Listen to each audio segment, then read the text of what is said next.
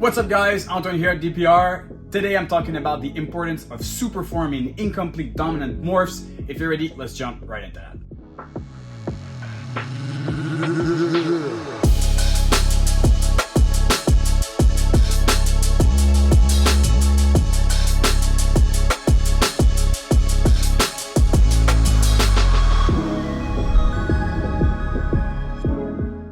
Guys, we have a super exciting videos because we have pairings going on, and also right before jumping into the importance of super forms, I have a clutch this morning and a female ovulating that I'm super excited about. Let's check this female ovulating first. This is GHI Yellow Belly Clown, and she's a little mad, but nice beginning of an ovulation there. Very plump.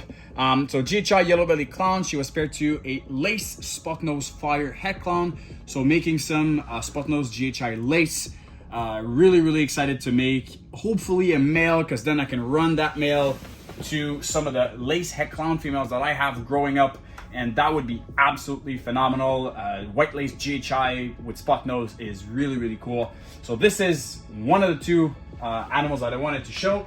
The second one is a honey cypress that I've had for quite some time now. I think it's her fourth clutch with me, this one. And so this honey cypress was paired to a leopard vanilla desert ghost clown. I love the cypress in clown. I love the cypress in absolutely everything. And those eggs are ginormous. Those are super huge. Look at that. That is a super nice pile. I'm really excited about this. And we'll see how many eggs she has for us. Looks like 4, 5, 6 eggs. Really typical, but some huge eggs. Look at the size of those eggs, guys. Those are really big.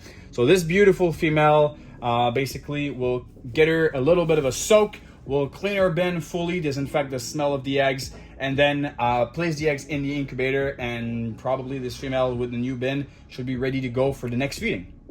So just a little bit of a reminder of what is an incomplete dominant mutation before we actually jump into the advantages of them.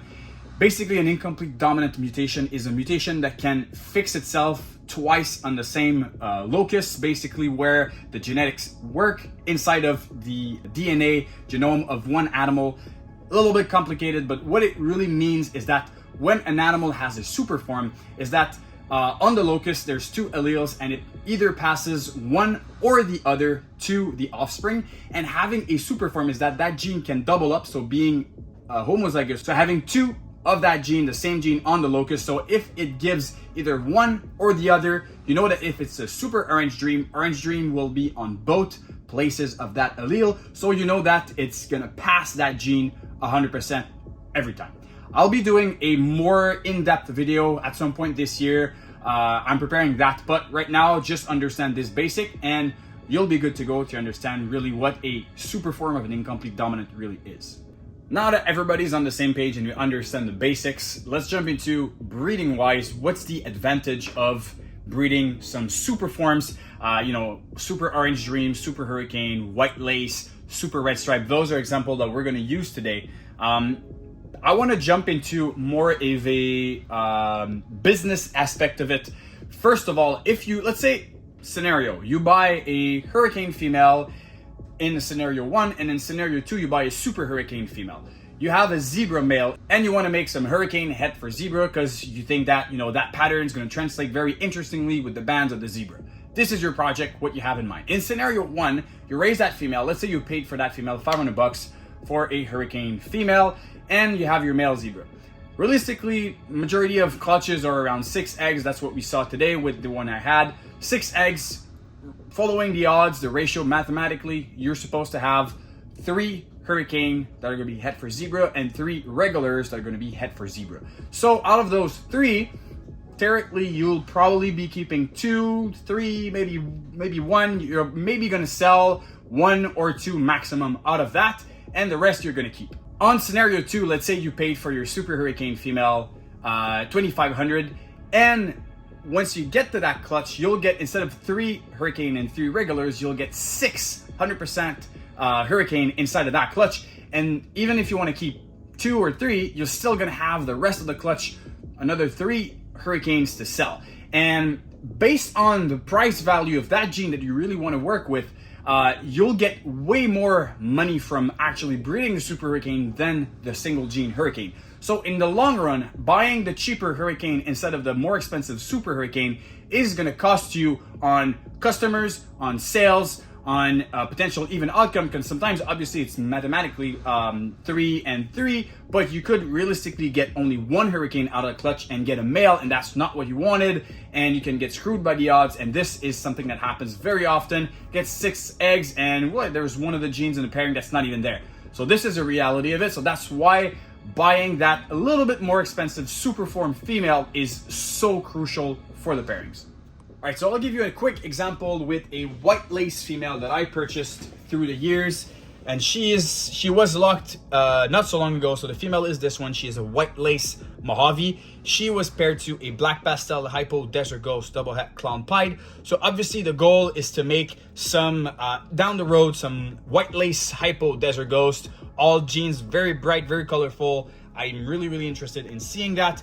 But that female, she has quite of an history for me because she has produced already 3 clutches, and from all of those clutches, she managed to give me that opportunity to sell some lace het clown, some lace het puzzle, and produce them amazing animals, not only to hold back, but also for future customers. And it's really valuable to have an animal white lace like this. You can throw any male and you know that all of the babies are gonna be lace. So for this pairing, for example, we know that every single animal at the bare minimum is gonna be lace, double het hypo, desert ghost, posset clown, posset pied. So you bring that standard basic clutch from, let's say, just having a Mojave lace, and the bare minimum would be a double het hypo desert ghost. Now we have something way more powerful because we know that everything is going to be laced. So if we do sell animals from that clutch, we know that they're going to be more valuable and way more powerful, and we don't have to run after the odds that much because we know that everything is going to be laced inside of there. Luckily enough, and that's not planned, it's just how it happened,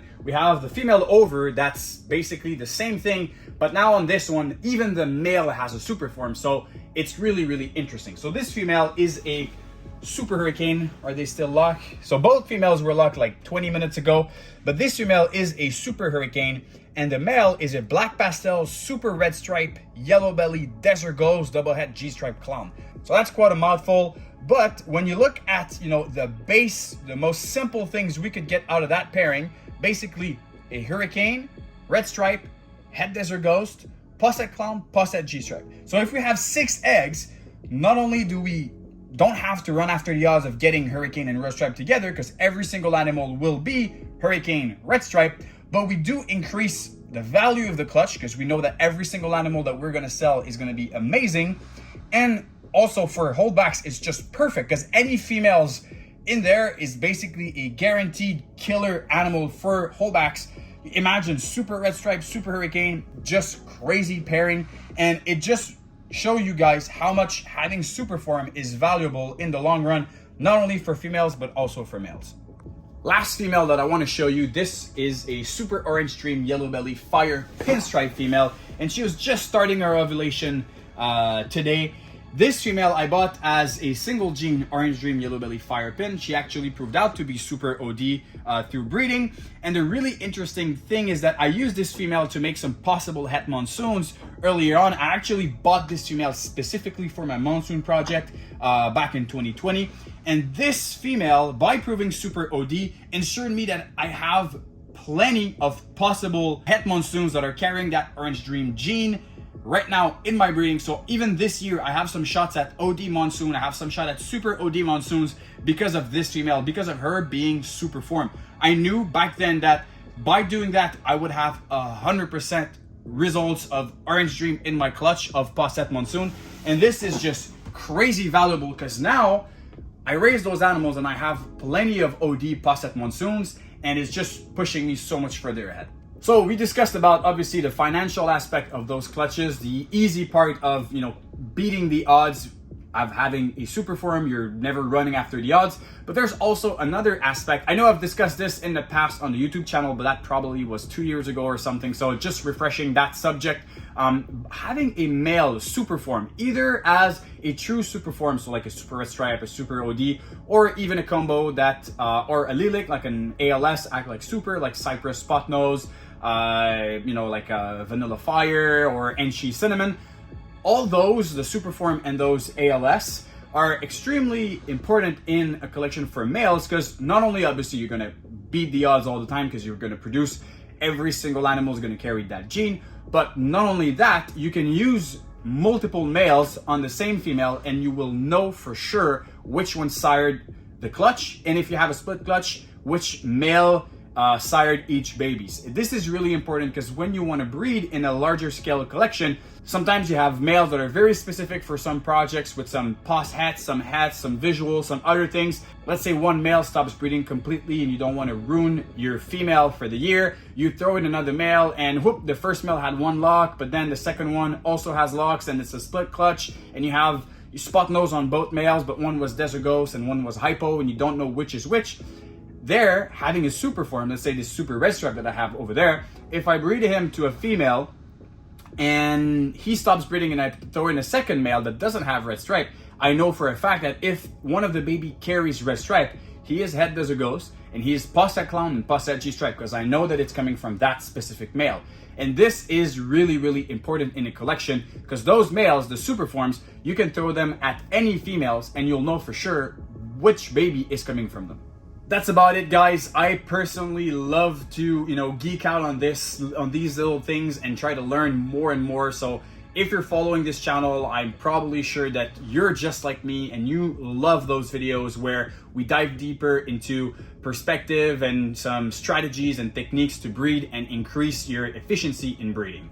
And if you have not subscribed yet, please guys, go down below, subscribe to our YouTube channel, and go check our available animals on Morph Market. Subscribe to our Instagram where we post daily stories, many posts on all the updates of our projects. And on this, we'll see you soon on YouTube. Cheers.